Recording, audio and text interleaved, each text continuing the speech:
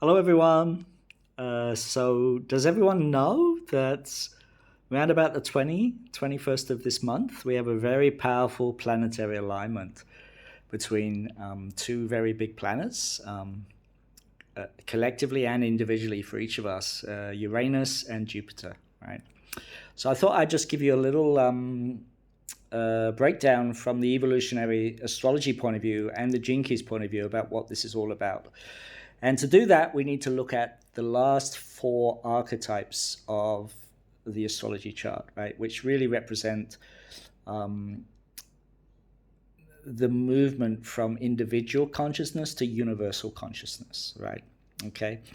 So let me give you a very simple example of how that works, all right? So the 12th house really represents unity consciousness. It represents the truth that we're all connected, right? We may not experience that, but great beings do, right? And so let's just give a simple example, like a Christ or a Buddha. They actually experience that oneness of love, that we're all connected, right? And then what do those great beings do? They start teaching, which is the ninth house, right? The ninth house is about teaching.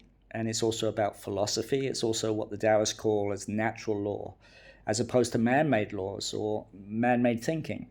It's basically the truth of love, right? So the ninth house has a lot to do with truth, right?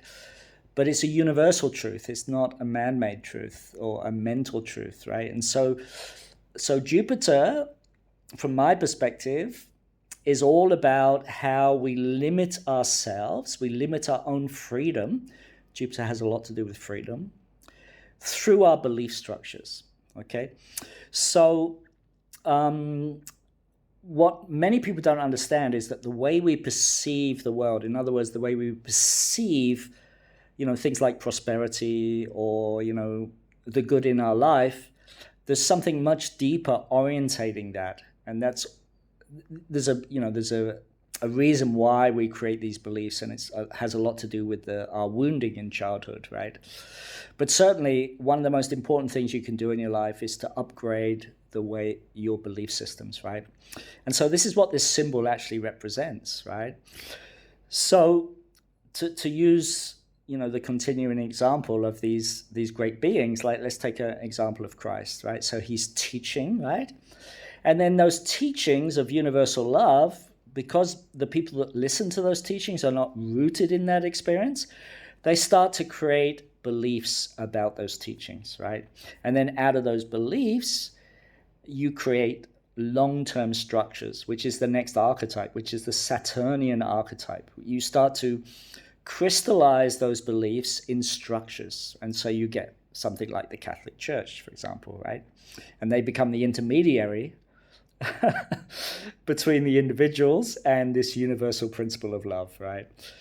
And of course, life wants all of us to have a direct connection to that 12th house principle of love, right? It wants us to have a direct experience, not a passed down experience, all right? And if you listen to all the great beings, all the ones that are embodied in love, you'll see that it's coming from their experience. It's not something that they've just created in their mind. It's coming from their experience, right?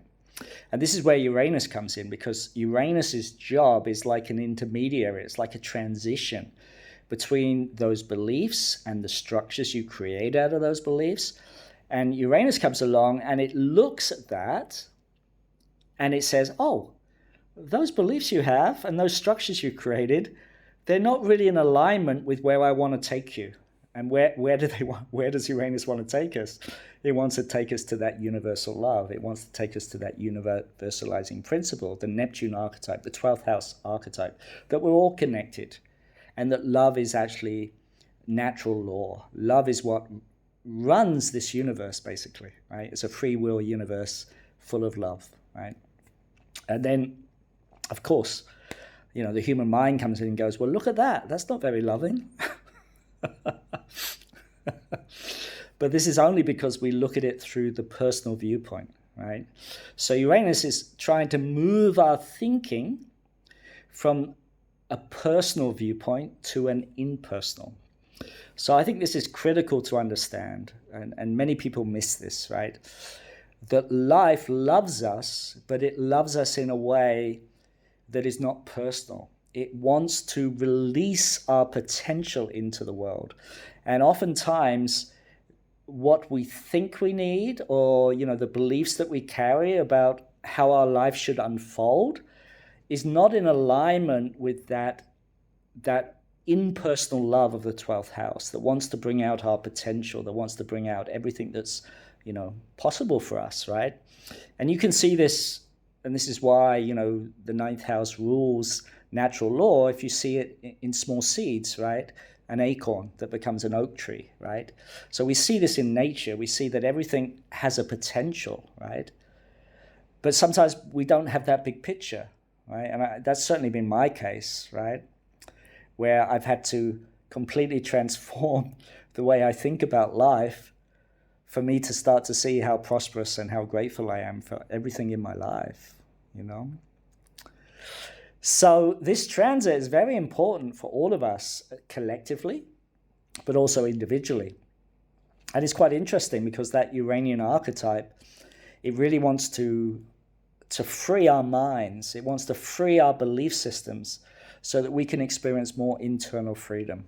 We're all looking for that, actually. We're all looking for that prosperity. Prosperity is the ability, this is my definition of prosperity. Prosperity is the ability to look at the imperfections in your life and see the perfection in them. Please remember that, okay? Prosperity is the ability to look at all the imperfections in your life and see how perfect they are for bringing out your potential. And this is the way we have to start looking at our life if we really want to experience freedom and prosperity, right? And not be limited in how we think it should unfold. So I love Tony Robbins' quote in this, which I think is the ultimate, reframe of beliefs. And he says, life doesn't happen to you, it happens for you. And I think that's such a beautiful representation of how Uranus works at freeing up our belief systems. Anyway, I'm going to be teaching a course about this, and we're going to be exploring the gene keys, specifically the gene key pearl and its lines. And actually, Richard hasn't even gone into this, but I know he's aware of it. But basically, the pearl and prosperity is all about how you perceive life through your thinking. But there's something deeper that's creating your thinking, and that's beliefs, okay? And so what I've done is I've put together some handouts, and we're going to be looking at the evolutionary astrology chart. We're going to be looking at where this Uranus and Jupiter transit is impacting you. It's impacting all of us in the Taurian archetype, but there are 12 possibilities of that depending on where the house is, right? And so I'm going to be, guiding a group of us over 7 days, exploring how our beliefs have limited us and kept us away from our freedom. And I thought it was such a great opportunity with this transit coming up to really use that energy to really break free. And please trust me, please believe me when I tell you that when you change your beliefs about the limitations of life, when you actually really change them and see how amazing life really is, that's when prosperity starts to open up inside of you, right? Okay. So we're going to be exploring also Gene Key 55. Where is that located astrologically? It's located in the Piscean archetype, in the very early signs of Pisces, in that 12th house archetype, that archetype of universal love. And what is the Gene Key related to? What is that 55th Gene Key related to? It's related of moving from victimization to freedom. And I'll tell you right now that every one of us have beliefs that are like what I call victim beliefs. And this is not our fault.